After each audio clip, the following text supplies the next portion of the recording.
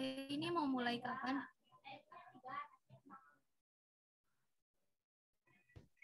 Ayo mau mulai sekarang boleh.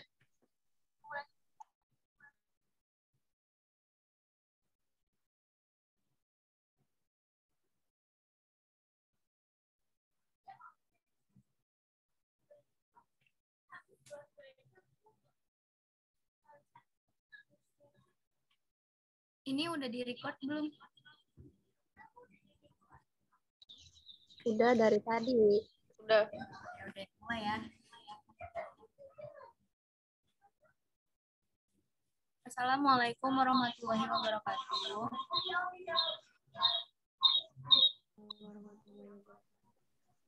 Terima kasih kepada adik semua yang sudah hadir dalam tugas kelompok kita. Saya sebagai moderator. Jadi kelompok kita ini akan membahas tentang hadis. Anggotanya ada Renida Nabila, ada Naina Nurfarida, Natasha Alfani Rahmi, Neng Mega Permana, sama Salsabila Aulia Rahma. Maaf sebelumnya suaranya terdengar jelas nggak?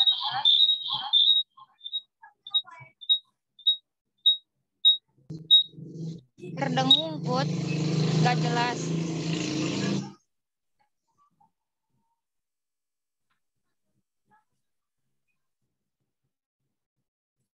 Ini PPT-nya yang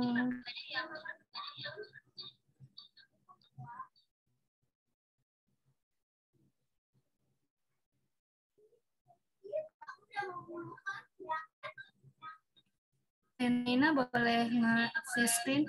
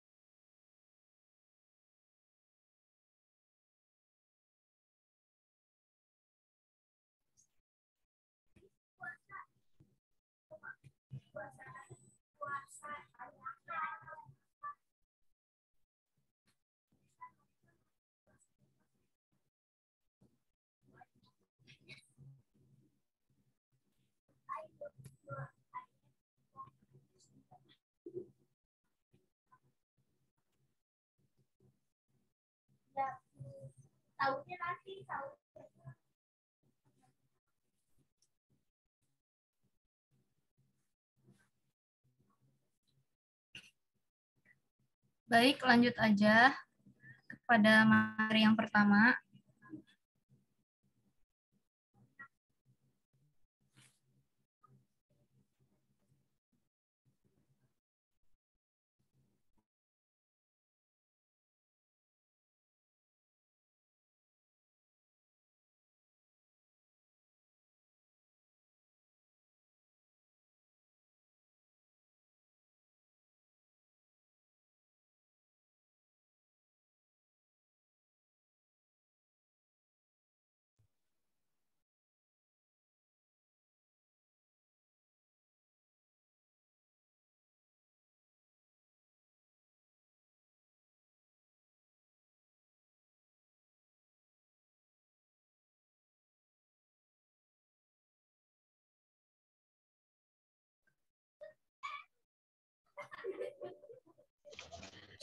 Oke, bismillahirrahmanirrahim.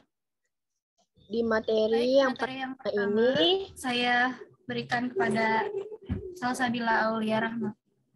Kepadanya saya persilakan. ya, terima kasih moderator. Jadi, di materi ini, saya sebagai Salsabila Aulia Rahman akan menjelaskan tentang pengertian hadis. Pasti teman-teman di sini sudah lagi ya, tidak terdengar. Pengertian hadis ini secara bahasa yaitu perkataan atau ucapan. Dan menurut istilah yaitu segala perkataan, perbuatan, dan ketetapan atau takrir yang dilakukan oleh Nabi Shallallahu Alaihi Wasallam. Nah, ada juga nih yang bilang hadis itu dinamakan sunnah. Teman-teman, kalau hadis itu ke ilmu hadis. Hadis itu apa? Iya, kalau hadis itu dalam ilmu hadis. Kalau sunnah itu maksudnya ke fikih. Nah, kalau hadis itu kan perkataan dan ucapan. Kalau sunnah yang dimaksud di sini yaitu perbuatan. Lebih dekatnya ke fikih ya. Lalu ada bagian-bagian hadis. Nah, bagian hadis ini ada sanad. Nah, yang dimaksud sanad ini yaitu sekelompok orang atau seseorang yang menyampaikan hadis dari Rasulullah Shallallahu Alaihi Wasallam sampai kepada kita sekarang. Lalu yang kedua ada matan. Nah, matan ini disebut sebagai materi yang disampaikan oleh Rasulullah Shallallahu Alaihi Wasallam. Lalu ada rawi atau perawi, orang yang meriwayatkan. Nah, di situ ada contohnya tuh. An Amirul Mukminin Abi Hafsin. Nah, itu tuh yang warna hijau. Ini disebutnya sanad, orang. Belum, Besti. Nah, An Amir ini dari Amir. Terus dari Amir ke Umar. Ke Umar ada ke Umar. Nah, dari Amir ke Umar itu disebutnya sanad. Lalu sami atau mendengar saya. Rasulullah Shallallahu Alaihi Wasallam yaqulu bersabda, berbicara. Innamal amalu binniyat, dan seterusnya itu disebutnya hadisnya. Nah, terus yang warna pink ini rawahul Imam Muhaditsin, yaitu riwayat Imam Muhaditsin. Nah, Imam Muhaditsin ini ada banyak. Ada Abdullah bin Muhammad bin Ismail dan sebagainya. Seperti itu ya. Itu yang warna hijau ini disebutnya sanad atau rantai. Kayak kita lagi bercerita gini, tadi aku kata si ini, terus kata Neng Mega, terus kata Teh Mega, kata Teh Nida. Nah, itu dari Mega ke Nida itu disebutnya sanad, seperti itu. Lalu yang diceritakan itu matannya. Nah, rawinya aku yang nyeritain, itu disebut rawi gitu.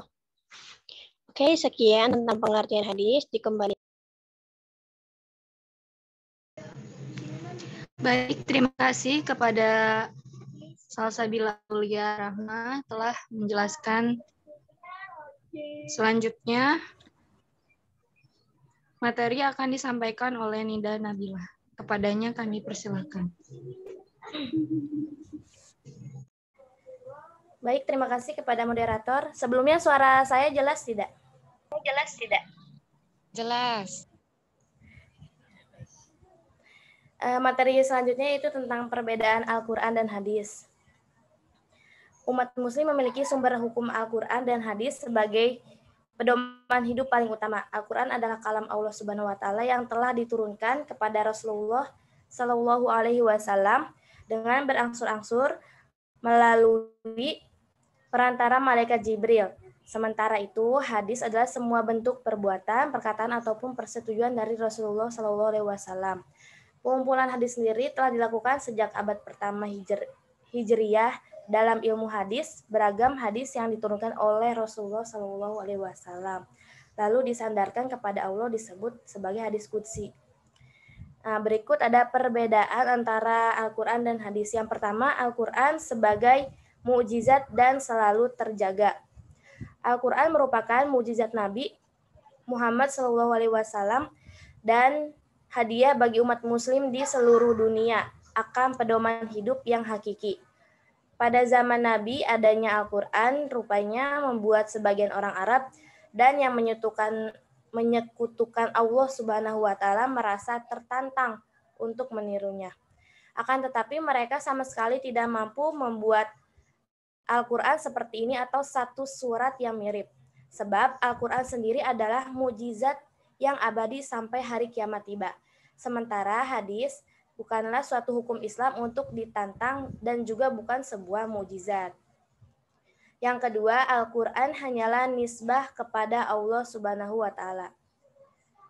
Al-Quran hanyalah dinisbahkan kepada Allah Subhanahu wa taala sehingga saat mengutip pada Al-Quran digunakanlah keterangan Allah telah berfirman.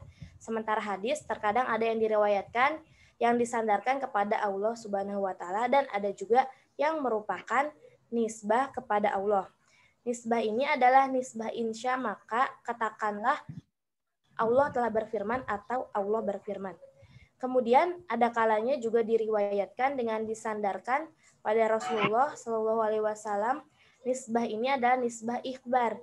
Sebab Rasulullah Shallallahu alaihi wasallam yang menyampaikan hadis tersebut dari Allah Subhanahu wa taala. Oleh karena itulah dikatakan Rasulullah Shallallahu alaihi wasallam telah bersabda. Yang ketiga, Al-Quran memiliki makna yang pasti karena berasal dari Allah Subhanahu wa taala. Secara keseluruhan, Al-Quran diriwayatkan secara mutawatir atau berangsur-angsur.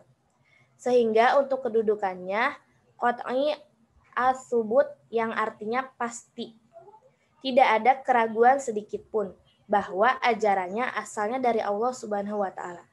Sementara hadis secara umumnya yaitu akhbar ahad, sehingga kedudukannya tersebut zonni as-subut, artinya diduga, dan terkadang sukar dapat dipastikan penyandarannya kepada Allah Subhanahu wa taala atau Rasulullah Shallallahu alaihi wasallam.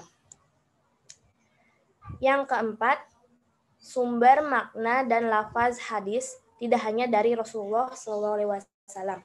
Al-Quran baik itu lafaz dan maknanya semua berasal dari Allah Subhanahu wa taala, sehingga ia disebut sebagai wahyu. Sementara hadis hanya maknanya saja yang berasal dari Allah, sedangkan untuk lafaznya asalnya dari Rasulullah. Hadis merupakan wahyu yang terdapat di dalam makna, bukanlah dalam lafaz, sehingga bagi sebagian mayoritas para ahli hadis memperbolehkan untuk meriwayatkan hadis ini dari maknanya saja. Sekian penjelasan dari saya. Selanjutnya saya kembalikan kepada moderator.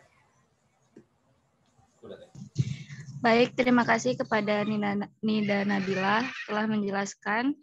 Selanjutnya materi selanjutnya akan disampaikan oleh Natasha Alfani Rahmi. Kepadanya saya persilakan.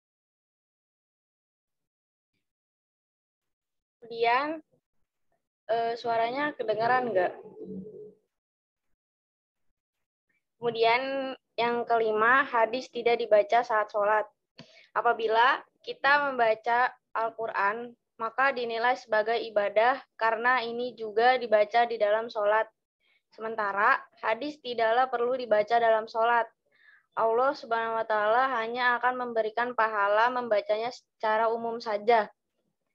Maka dari itu, apabila membaca hadis, maka tidak akan mendapatkan pahala seperti yang disebutkan dalam hadis saat membaca Al-Quran, di mana akan memperoleh 10 kebaikan setiap membaca satu ayat Al-Quran. Kemudian yang keenam, menyentuh dan membaca Al-Quran harus dalam keadaan suci.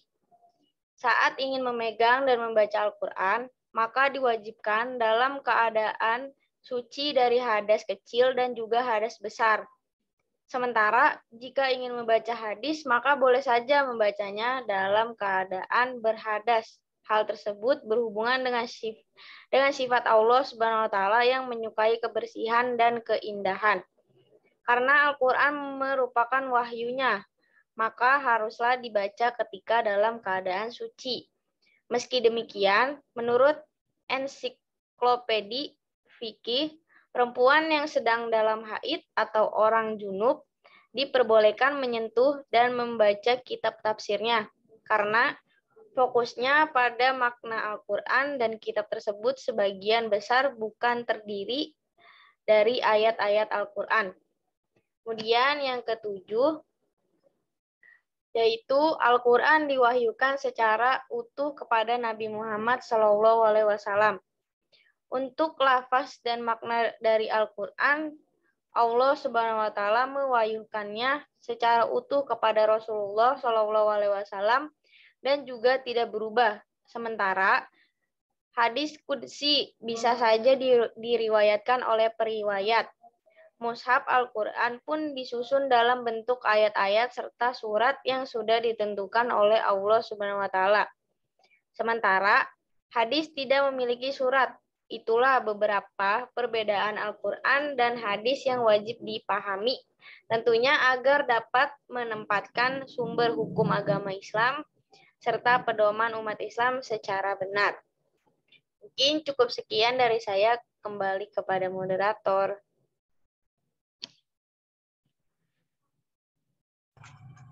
Terima kasih kepada Natasha Alfani Rahmi telah menjelaskan materi. Selanjutnya, materi selanjutnya akan dijelaskan oleh Neng Mega Permana. Kepadanya saya persilahkan. Baik, terima kasih banyak kepada moderator. Langsung saja di sini. Slide-nya sudah di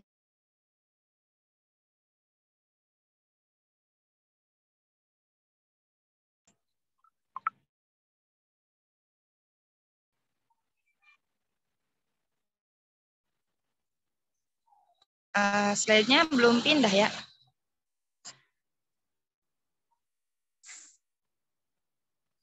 Udah. Oke, di sini saya akan menjelaskan tentang. Oke, terima kasih. Nah, di sini saya akan menjelaskan tentang kedudukan hadis dalam Islam. Nah, di sini pada suatu hari, Imran bin Husain duduk berbincang-bincang bersama sahabat-sahabatnya. Tiba-tiba di antara mereka ada yang berkata, "Janganlah kamu menceritakan kepada kami kecuali Al-Quran." Imran bin Husain berkata kepadanya, "Tahukah kamu, seandainya kamu dan sahabat-sahabat kamu hanya berpegang teguh pada Al-Quran, maka apakah kamu akan mendapatkan penjelasan bahwa sholat zuhur itu 4 rakaat dan sholat maghrib itu 3 rakaat. Serta kamu mengeraskan bacaanmu 2 rakaat pada sholat maghrib." Selanjutnya dia berkata, "Wahai kaumku, berpegang teguhlah dan ambillah daripadaku hadis Nabi Muhammad SAW, karena sesungguhnya jika kamu mengabaikannya, niscaya kamu akan sesat." Banyak ayat Al-Quran dan hadis Nabi yang dengan jelas dan tegas memerintahkan dan mewajibkan mengikuti dan mengamalkan hadis atau segala sesuatu yang bersumber dari Nabi Muhammad SAW. Di antaranya firman Allah dalam Quran surat Al-Maidah ayat 92. A'udzubillahi minasyaitonirrajim. Bismillahirrahmanirrahim. Wa ati'ullaha wa ati'ur rasula wahdharu fa in tawallaitum fa'lamu annama 'ala rasulina al-balagul mubin. Yang artinya, dan taatlah kamu kepada Allah dan taatlah kamu kepada Rasul serta berhati-hatilah. Jika kamu berpaling, maka ketahuilah bahwa kewajiban Rasul kami hanyalah menyampaikan amanat dengan jelas. Quran surat Al-Maidah ayat 92. Lalu ada firman Allah dalam Quran surat Al-Imran ayat 32. Bismillahirrahmanirrahim. Qul ati'ullaha wa rasul fa in tawallaw fa innallaha la yuhibbul kafirin. Yang artinya, katakanlah Muhammad, taatilah Allah dan Rasul. Jika kamu berpaling, ketahuilah bahwa Allah tidak menyukai orang-orang kafir. Quran surat Al-Imran ayat 32. Lalu Nabi Muhammad SAW bersabda dari Amr bin Auf bin Jaid Al-Muzanni radhiyallahu anhu, Rasulullah SAW bersabda, "Man ahya sunnatan min sunnati fa'amila bihannas kana lahu mislu ajri man amila biha la yanqusu min ujurihim syai'an."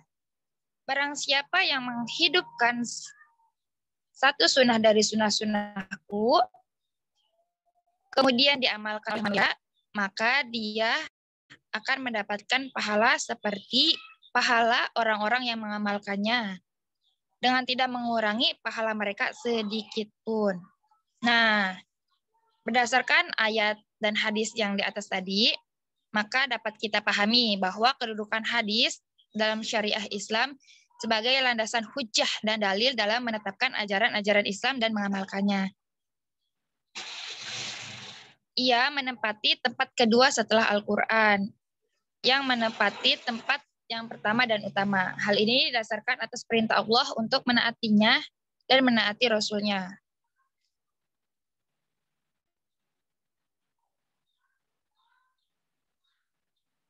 Nah, serta nilai keorisinalnya, Al-Quran adalah khot al-wurud dari Allah, sedangkan hadis adalah zani al-wurud dari Rasul-Nya. Nah, juga karena Al-Quran adalah wahyu langsung dari Allah kepada Rasul-Nya melalui malaikat Jibril. Dengan demikian, sayangnya kalau yang berasal dari Allah kedudukannya lebih tinggi dan terhormat dari yang berasal dari Rasul-Nya atau hadis. Nah, dalam kedudukannya sebagai penjelas, hadis kadang-kadang memperluas hukum dalam Al-Quran atau menetapkan sendiri hukum di luar apa yang ditentukan dalam Al-Quran. Nah, kedudukan hadis sebagai bayani atau menjalankan fungsi yang menjelaskan kaum Al-Quran, hukum Al-Quran. Nah, tidak diragukan lagi dan dapat diterima oleh semua pihak, karena memang untuk itulah Nabi ditugaskan oleh Allah. Jumhur ulama berpendapat bahwa hadis berkedudukan sebagai sumber atau dalil kedua setelah Al-Quran dan mempunyai kekuatan untuk ditaati serta mengikat untuk semua umat Islam. Baik, cukup sekian materi dari saya, dikembalikan kepada moderator. Terima kasih kepada Saudari Neng Mega Permana telah menjelaskan materi dengan sangat baik. Selanjutnya, materi selanjutnya akan dibahas oleh Naina Nurfadilah. Kepadanya saya persilahkan. Ya, baik. Terima kasih moderator. Selanjutnya, ada wabah dalam sejarah Islam. Dalam mengarungi kehidupan, manusia kerap diberi ujian dan musibah. Manusia diharapkan bisa mengambil pelajaran dari semua dari semuanya, baik berupa kenikmatan atau musibah. Sebagaimana disampaikan dalam firman Allah, A'udzubillahi minasyaitonirrajim, Bismillahirrahmanirrahim.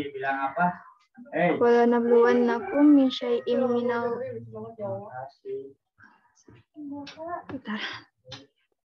Wala nabluwannakum bisyai'im minal khawfi wal ju'i wa naqsim minal amwali wal anfusi was samarat wa basyiril mu'minin. Yang artinya, dan sungguh akan kami berikan cobaan kepadamu dengan sedikit ketakutan, kelaparan, kekurangan harta, jiwa, dan buah-buahan. Dan berikanlah berita gembira kepada orang-orang yang sabar. Quran Surat Al-Baqarah ayat 155. Sepanjang sejarah di beberapa wilayah Islam terjadi beberapa wabah penyakit. Di antaranya yang paling menonjol yang pertama adalah Ta'un Amwas, yaitu pada tahun 18 Hijriah atau 693 Masehi. Yang kedua ada Ta'un Jarif, yaitu pada tahun 69 Hijriah atau 688 Masehi. Yang ketiga ada Ta'un Fataya atau Ashiraf, yaitu tahun 87 Hijriah atau 750 Masehi. Yang keempat ada Ta'un Muslim bin Qutaibah, yaitu tahun 131 Hijriah atau 748 Masehi. Yang terakhir ada wabah-wabah yang terjadi pada masa dinasti Abbasiyah, Mamalik, dan Ayyubiyah di wilayah Islam bagian timur dan barat.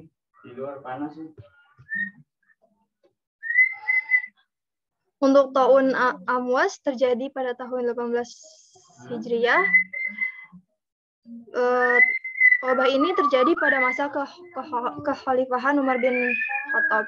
Dinamakan demikian karena dinisbatkan kepada desa kecil bernama Imawas yang terletak antara kota Al-Quds, Yerusalem, dan Ramallah. Di desa itulah wabah Ta'un muncul kemudian menyebar ke wilayah Syam. Wabah Ta'un terjadi setelah peperangan sengit antara umat Muslim dan bangsa Romawi. Perang ini memakan banyak korban jiwa. Wilayah terdampak paling parah adalah Syam, sehingga banyak penduduknya yang menjadi korban. Di antaranya sahabat Nabi Abu Ubaidah bin Al-Jarrah, Mu'az bin Jabal, Yazid bin Abu Sufyan, Al-Haris bin Hisham, Suhail bin Amr, Utbah bin Suhail, dan masih banyak lagi. Selanjutnya, wabah Ta'un terjadi di Bashrah tahun 69 Hijriah, yaitu pada masa Khalifah Abdullah bin Az-Zubair yang dikenal dengan Ta'un Al-Jarif, yaitu Ta'un air bah. Dinamakan demikian karena wabah ini ibarat air bah yang menyapu habis manusia. Ta'un ini hanya berlangsung selama 3 hari. Kemudian adalah pada tahun 87 Hijriah terjadi wabah Ta'un Fatayat di Irak dan Syam. Dinamakan demikian karena tahun ini menimpa para wanita dan gadis-gadis terlebih. Kemudian para gadis terlebih dahulu, kemudian menimpa laki-laki. Ta'un Fatayat disebut juga Ta'un Ashiraf karena para petinggi kaum dan tokoh-tokoh yang dihormati banyak yang menjadi korban jiwa. Adapun Ta'un terakhir pada dinasti Umayyah adalah Ta'un Muslim bin Qutaibah pada tahun 1131 Hijriah. Tahun ini adalah Muslim bin Qutaibah adalah orang yang pertama yang meninggal akibat wabah ini. Oleh sebab itu, nama Ta'un ini dinisbatkan kepada namanya. Wabah Ta'un ini terjadi di Basrah dan berlangsung selama 3 bulan. Puncaknya pada bulan Ramadan, di mana dalam beberapa hari korban mencapai 1.000 jiwa, bahkan lebih. Itu tadi dari saya kembalikan kepada moderator.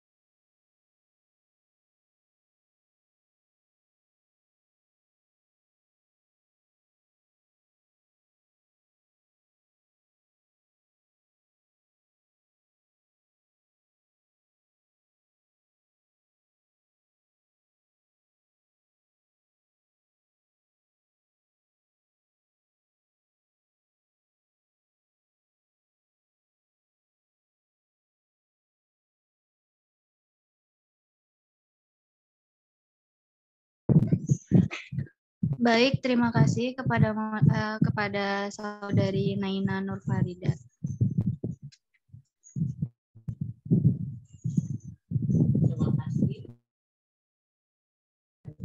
Selanjutnya, apakah ada pertanyaan untuk adik-adik semua? Ada, Teh. Silakan. Izin bertanya, perkenalkan Mangga. Naufal dari kelas PAI 2D angkatan 2021. Di sini saya akan bertanya ya tentang wabah pandemi ya, tadi yang telah dijelaskan oleh Teh Mega atau baik Teh yang lainnya. Di sini pertanyaannya, bagaimana ya cara Islam itu memandang pandemi bagaimana Islam itu memandang pandemi saat ini caranya? Ya, baik.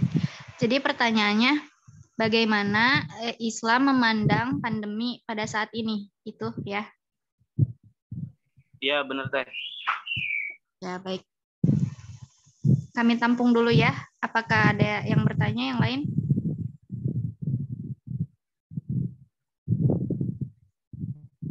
Untuk 3 orang penanya.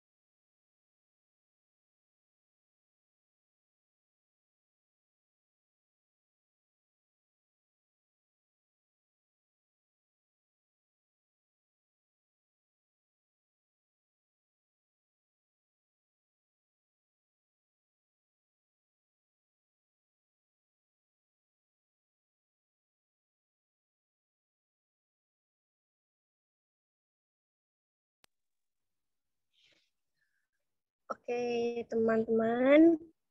Izin menjawab pertanyaan Kang Naufal ya. Bagaimana pandangan Islam perihal pandemi saat ini? Gini, kan pandemi saat ini tidak hanya terjadi kali ini saja, namun tahun-tahun dahulu juga pernah terjadi. Sudah banyak kan beritanya ya, seperti penyakit yang melalui bakteri, atau bahkan ada tuh di negara Marseille, aku juga nggak tahu, tapi tercatat di sejarah. Nah, walaupun demikian, pada saat masa Kanjeng Nabi Shallallahu Alaihi Wasallam pun pernah terjadi pandemi seperti ini. Itu tidak mengurangi rasa aduh gimana, tapi malah menjaga gitu sabda Nabi pada saat pandemi ini ya. Nah, jika kalian mendengar penyakit atau wabah di suatu daerah, maka jangan masuk ke daerah itu. Lalu, jika kamu yang mengalami wabah, maka kamu jangan keluar dari rumahmu. Seperti itu. Karena kenapa? Demi menjaga diri sendiri dan menjaga kesehatan orang lain agar tidak menyebar kemana-mana. Seperti itu. Jadi menurut Islam, ya wallahu a'lam, walaupun masa pandemi seperti ini, jangan sampai kita lengah dalam beribadahnya. Seperti itu, Kak. Teman-teman atau yang lain ada yang ingin menambahkan? Jadi intinya begini ya, lebih baik mencegah ataupun menghindar gitu ya. Jadi kita tuh kalau misalnya ada suatu virus di dalam kota tersebut, misalnya kota A, nah kita tuh lebih baik menghindar ataupun berhijrah selama 7 hari atau beberapa hari gitu, agar menghindar. Terkecuali kalau misalnya kita kena sebuah penyakit, ya kita tuh lebih baik berdoa pun sudah, berikhtiar pun mudah, itu dengan doa ataupun dengan cara menanggulangi penyakit di dalam diri kita pribadi ataupun sendiri gitu. Seperti itu mungkin Teh. Iya. Oke, seperti itu sudah cukup atau ingin ditambahkan? Sudah cukup Teh. Terima kasih atas jawabannya.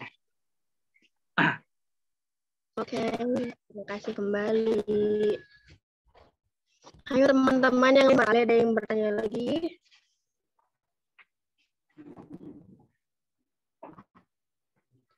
Teh Uba menanya, Teh Uba. Enggak, Teh. Cukup.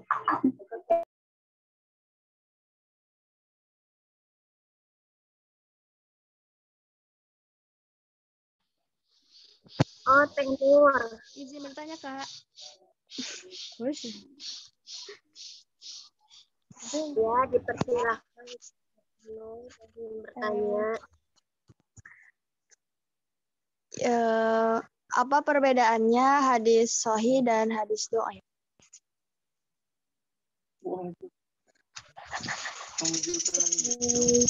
Boleh izin menjawab? Oh, ada yang mau menjawab pertanyaannya, boleh. Sangat dipersilahkan. Mangga, Kak Noval. Perbedaannya tuh kita singkat menjadi sarti gitu ya. Teluman bentar man. Bentar Teh.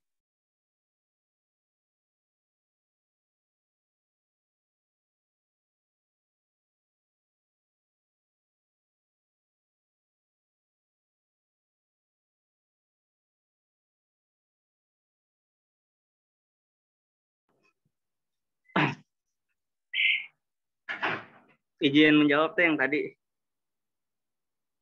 Bedanya antara hadis sahih maupun hadis dhaif itu kita singkat sarti aja ya. Yang pertama itu kalau misalkan dari hadis sahih itu ciri-cirinya ya, kita singkat menjadi sarti, yaitu syaratnya adil gitu ya, adil rawinya, R-nya tuh ringan hafalannya, T-nya tuh tidak ilat maupun tidak cacat, I-nya itu ingat hafalannya. Kalau misalkan hadis dhaif itu mungkin kebalikannya, misalkan si perawinya itu kurang gitu ya, atau kurang atau lebih hadis dhaif itu susah ya diamalkan, tapi mungkin kebalikan yang tadi saya sebutkan dari syaratnya gitu ya, yang tidak adil tuh tidak adil rawinya,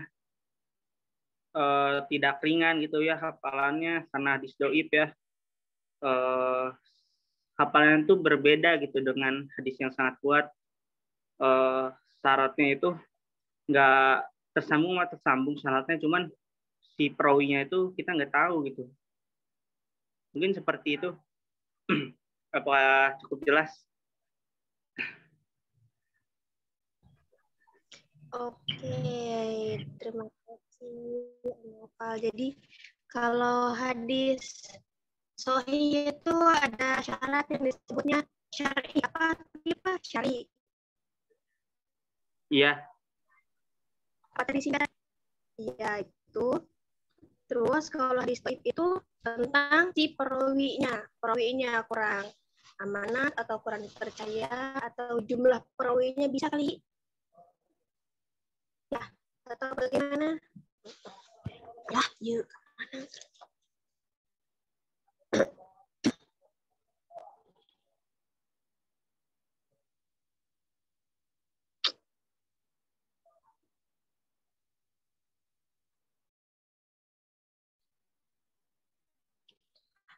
Oke, terima kasih ya Noval atas jawabannya. Atau ada yang ingin menambahkan?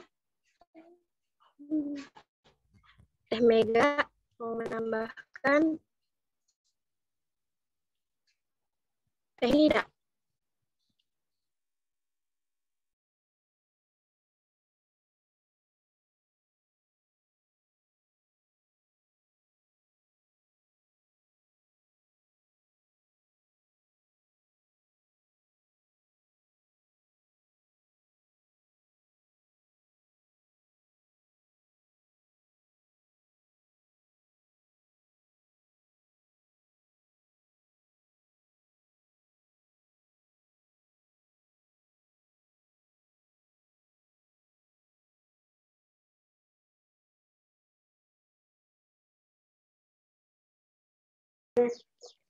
Ya, baik Kak. Terima kasih atas jawabannya.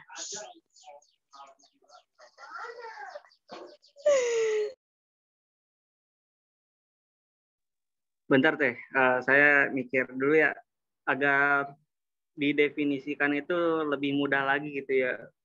Misi kata-katanya itu susah dimengerti gitu. Bentar.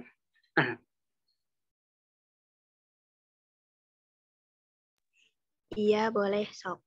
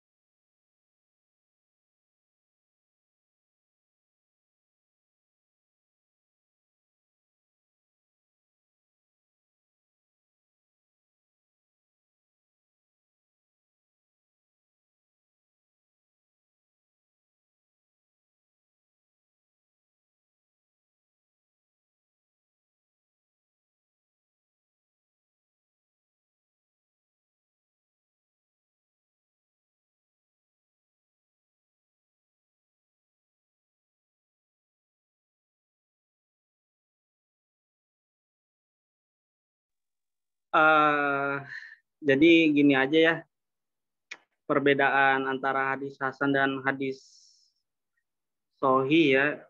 Hasan itu yang termasuk lemah ya intinya. Jadi itu terletak pada keadilan hadisnya gitu.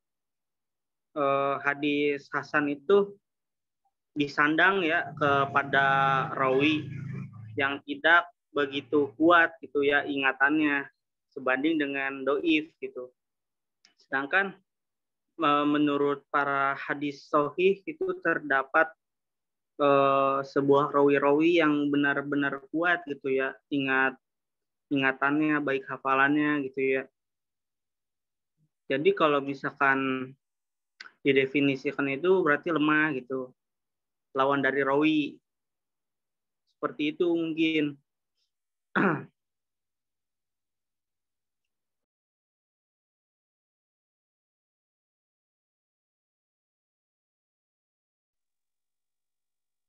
Oke, terima kasih Anopal atas tambahannya. Sama-sama.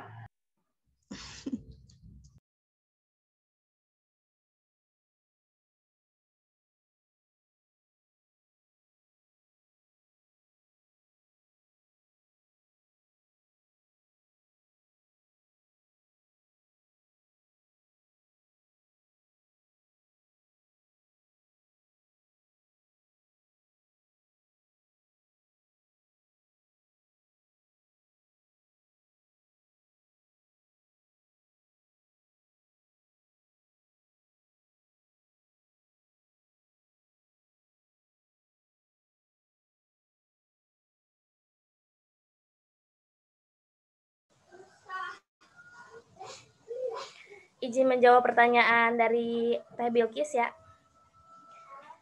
Kenapa Al-Quran menjadi pedoman umat Islam sedangkan hadis dijadikan pegangan keduanya?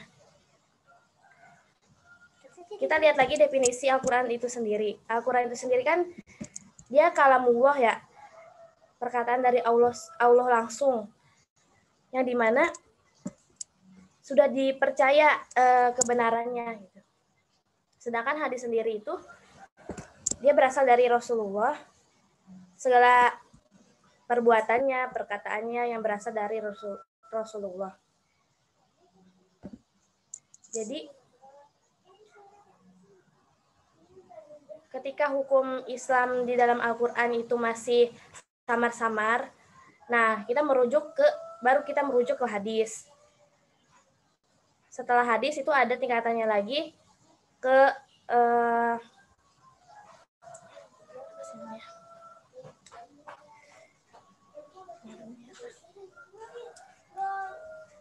ijma.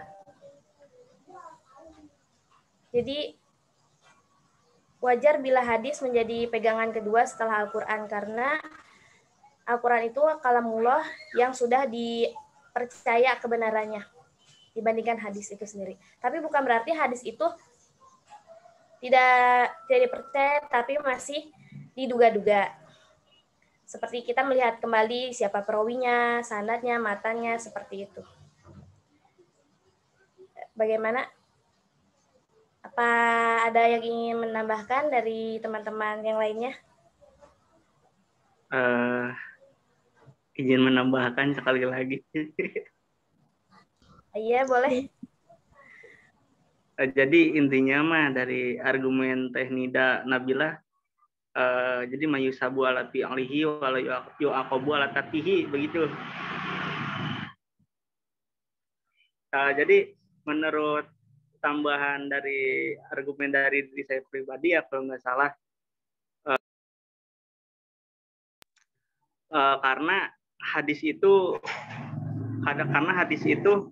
dibuat gitu, sarang diambil sebuah perkataannya gitu ya yang berdasarkan sebuah kenyataan gitu ya di dalam Al-Quran tersebut, dan disingkat menjadi lebih pendek ataupun lebih pendek tapi lebih mudah gitu dapat dipahami, mungkin seperti itu.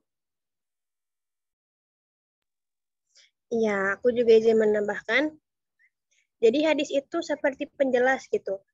Kan dalam halnya ada di Al-Quran, dan dirikanlah kamu sholat, ya kan? Nah, di Al-Quran itu nggak dijelasin kalau sholat itu ada ruku, ada sujud, ada jumlah rakaatnya, subuh 2 rakaat, zuhur 4 rakaat. Nah, kita dilihatnya dari hadis. Ada hadisnya, teteh lupa. Pokoknya hadis itu penjelasan dari Al-Quran. Kalau di Al-Quran tidak ada. Teteh setuju sama pendapat Noval. Sekian, terima kasih.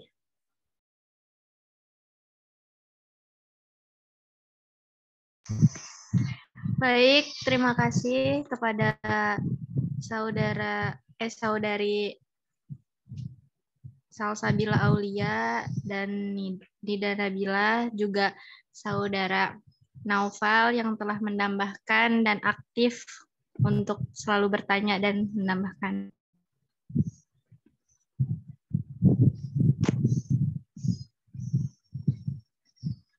Apa ada pertanyaan lagi? Yuk, lanjut. Biar seru nih. Sebelumnya kita screenshot dulu ya. Kita screenshot dulu ya. Dulu.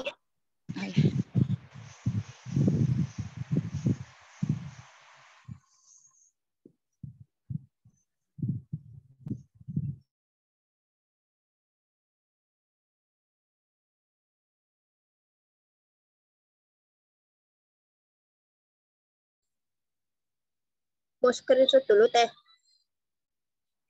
Iya, di screenshot dulu. Enggak. Boleh, yang pakai laptop, izin bantu screenshot. Aku nggak bisa, Cak, laptop aku. Ayo screenshot. Bocil screen, aku sering screenshot. Screenshot.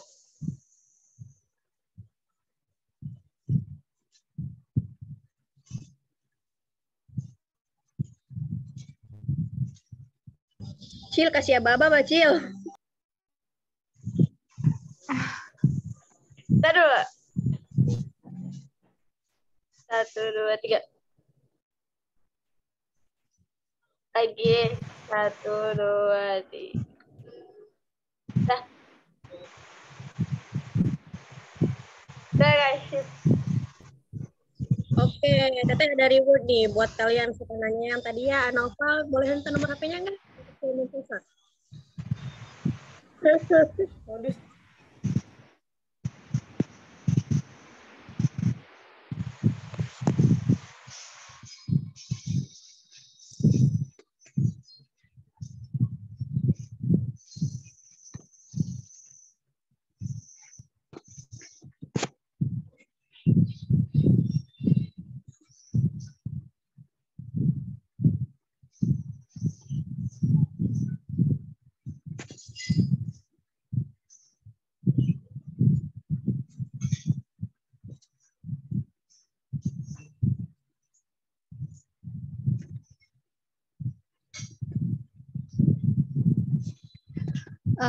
Baik, terima kasih sebelumnya kepada adik-adik yang sudah berpartisipasi untuk mengikuti pembelajaran hadis.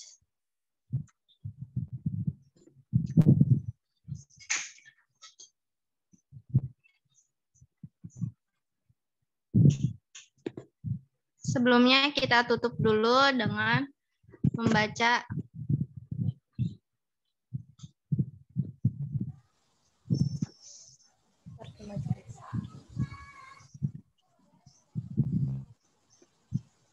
doa start majelis ya. Ayo sama-sama. Sama-sama.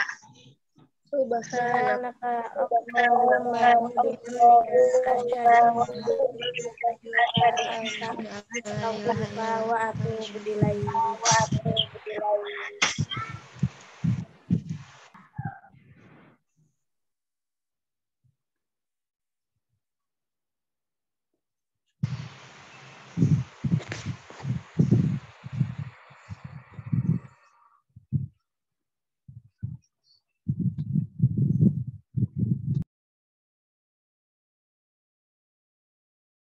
Terima kasih ya buat adik-adik. Nanti kalau misalnya minggu depan kami minta partisipasinya lagi, apakah masih bersedia? Ayo gas. Bersedia. Ayo gas.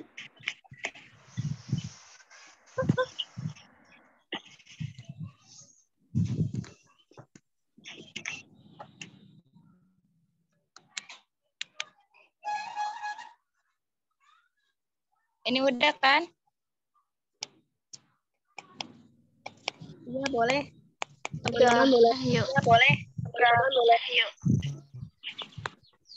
Dadah. Thank you. Makasih.